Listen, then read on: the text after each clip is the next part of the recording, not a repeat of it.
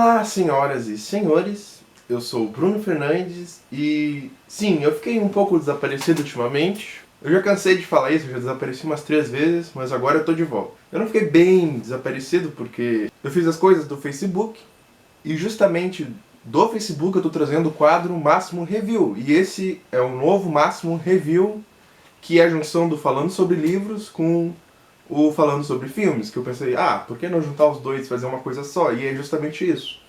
A ideia desse novo Máximo Review 2.0 é trazer os textos já escritos para o Máximo Review do Facebook, do site até, e em formato de vídeo. Então é justamente isso que eu estou fazendo. Eu pego a base do texto, elaboro um pouco mais e transformo em vídeo. Então, qual é o primeiro livro que eu vou trazer hoje? Eu não tenho aqui atrás comigo, porque foi um dos primeiros e-books que eu li. Eu vou gravar um vídeo alguma vez sobre isso, sobre os e-books, que agora eu só consigo ler em e-book, esse formato físico aqui eu não consigo mais ler. Então não tem como mostrar o livro, ele está no meu celular, .ebook, EPUB, né?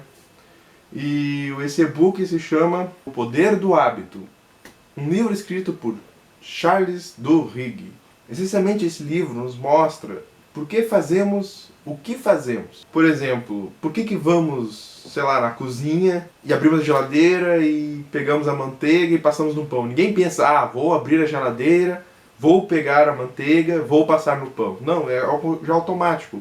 Pois isso justamente já está enraizado nos hábitos. E é sobre isso que o Poder do Hábito fala. É um livro escrito pelo Charles Duhigg, que para quem não sabe é um repórter americano. Ele é formado na Universidade de Yale e na Harvard Business School. Mas de fato, o que o livro aborda? Inicialmente o livro aborda os hábitos, mas não hábitos específicos, entendeu? Ele aborda hábitos na forma mais simples possível. Para a gente entender isso, a gente precisa primeiro entender o que são hábitos. Hábitos são ações que a gente faz, mas não pensa, pois a gente já fez tantas vezes aquelas ações que a gente já está acostumado a fazê-las. Na primeira parte do livro ele vai dissecar o que é um hábito. Logo no primeiro capítulo ele já começa a falar sobre isso.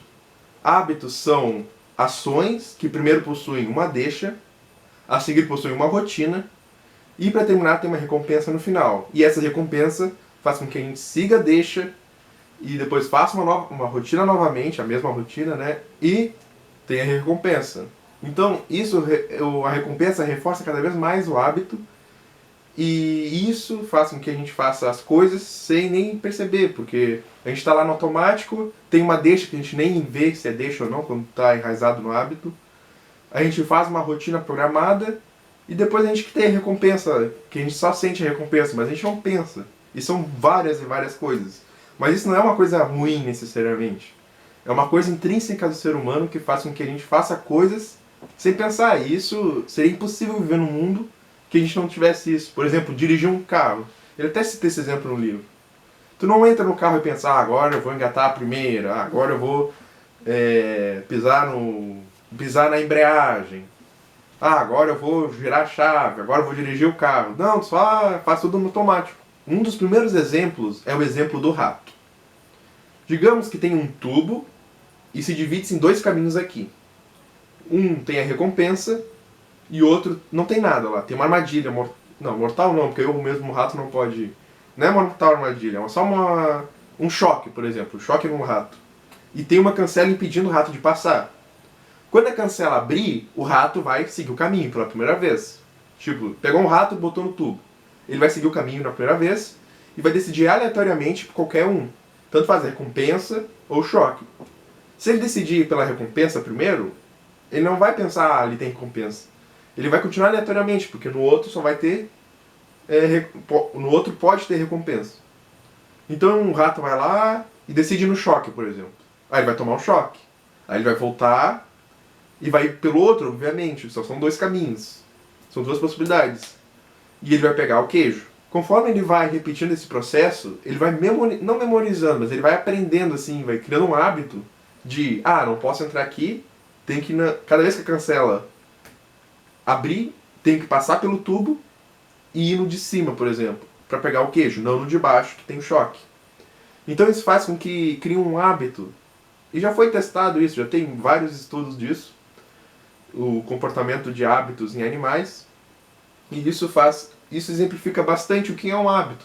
Porque a deixa é a cancela abrir, a rotina é ele caminhar pelo tubo, porque ele podia ficar parado, mas não, ele quer caminhar pelo tubo, e a recompensa é o queijo no final, no caminho certo, né?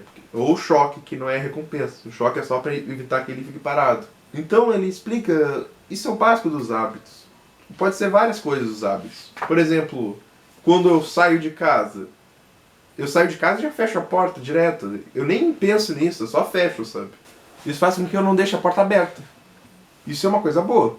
Mas hábitos nem sempre são bons.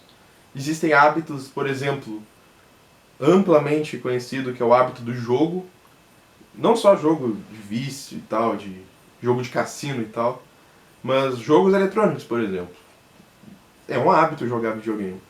Tu vai lá, tem uma deixa. Qual é a deixa? Tô parado em casa sem fazer nada. A rotina é tu ir lá, ligar o videogame e jogar o jogo. A recompensa é o próprio jogo. Tu tem satisfação com aquilo.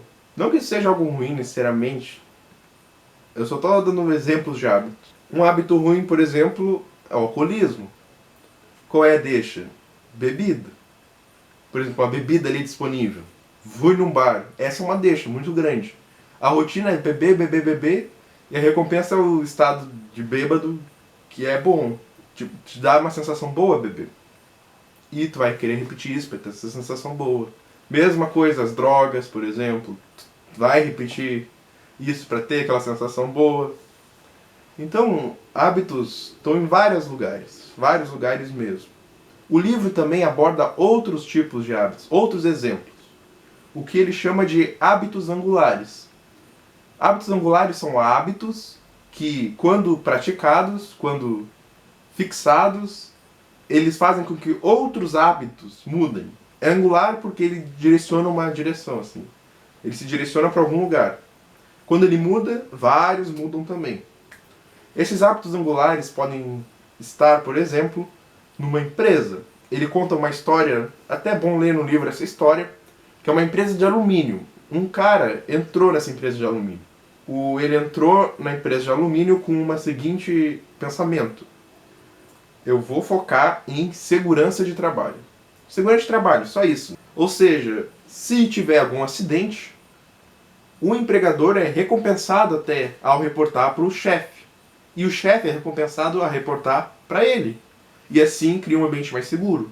Ele gastou muito nisso. Só que o que aconteceu?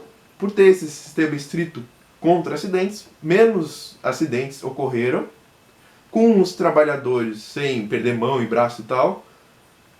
Eles começaram a trabalhar mais, e isso aumentou a produtividade, porque tu está com a mesma máquina, tu está com a mesma pessoa, e a pessoa está no ambiente que ela se sente bem, que ela tem permissão para falar quando tem algum problema, porque muitas vezes nas empresas, na indústria, né, às vezes o funcionário se sente meio coagido, assim, meio para trás de falar algum problema pro chefe.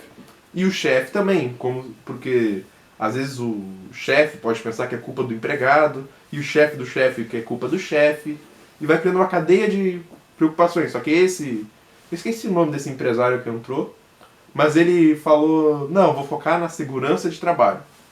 E isso fez com que a produtividade aumentasse, com que vendesse mais, com que criasse um ambiente melhor de trabalho. Tudo melhorou a partir de um hábito angular. Simples, segurança de trabalho. Depois, na segunda parte, é hábitos maiores, assim, é hábitos que fazem com que... hábitos nas empresas, mas não no sentido de vender para os clientes, mas no gerenciamento das empresas. Como hábitos, melhora o gerenciamento de uma empresa.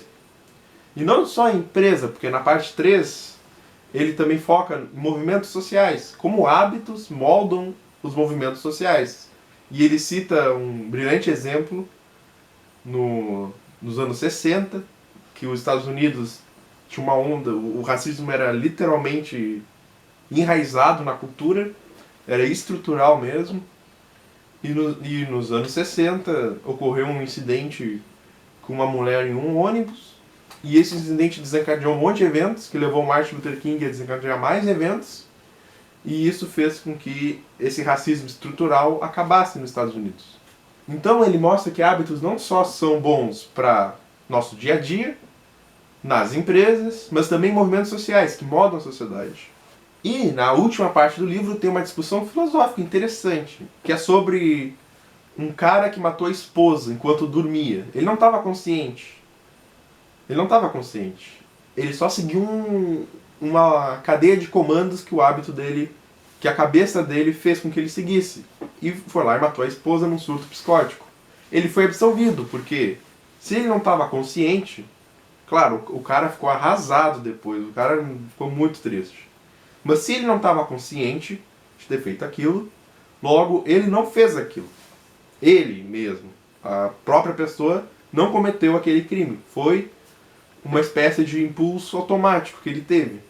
E aí tem uma comparação com uma viciada em jogos, que está lá no hábito, tipo, numa rotina, jogando, jogando, jogando, e se afunda em dívidas. E ela foi acusada. E aí ele compara os dois casos, porque um foi inocentado e outro foi acusado. Será que a gente tem culpa sobre os hábitos de jogos? Será que a gente tem culpa por isso? Quando a gente está lá jogando sem saber? E aí fica a pergunta. Ele não responde essa pergunta, mas é um pensamento interessante para se ter. A última mesmo, o epílogo do livro é sobre como podemos mudar hábitos. Ele ensina a mudar hábitos. Basicamente a gente tem que... Primeiro a gente tem que investigar o nosso hábito ruim, que a gente não quer. A gente encontra a deixa, a gente encontra a rotina, a gente encontra a recompensa. A gente muda a rotina. Esse é o ponto. Porque a deixa e a recompensa a gente não tem muito como mudar. Mas se a gente mudar a rotina, a gente vai conseguir mudar o hábito em si. Por exemplo, cigarro. Ah, eu fico nervoso, vejo a carteira ali e quero fumar, por exemplo. A deixa é eu sentir a vontade. A minha rotina é pegar o cigarro, acender e tem a recompensa do alívio. Mas se eu pegar, por exemplo... E se eu pegar, sei lá, alguma coisa falsa, por exemplo? Cada vez que eu sentir a vontade de fumar, eu pego um cigarro falso. E em vez de pegar um cigarro verdadeiro, a rotina é acender um fósforo. E só. Pode funcionar, não sei. Então, O Poder do Hábito é um livro muito, muito, muito interessante, que nos mostra não só exemplos de onde o hábito é empregado, mas também exemplos do nosso dia a dia e como a gente pode mudar esses hábitos. E ele realmente demonstra por que fazemos o que fazemos. Às vezes a gente nem percebe que faz as coisas, a gente só pega e faz. Mas agora, depois de ter lido o livro, eu consigo entender mais ou menos quando eu estou no meio de um processo de hábito e quando eu não estou no processo de hábito. Isso é uma ferramenta muito poderosa, porque se a gente consegue mudar os hábitos, a gente consegue emagrecer, a gente consegue economizar dinheiro, por exemplo, a gente consegue mudar nosso estilo de vida, a gente consegue criar um hábito de academia, a gente consegue criar um hábito de aumentar a nossa produtividade, a gente consegue criar um hábito de felicidade, por exemplo. É um poder imensamente grande, o poder do hábito. Então esse foi o máximo review do Poder do Hábito. Espero que tenham gostado do vídeo e nos vemos na próxima.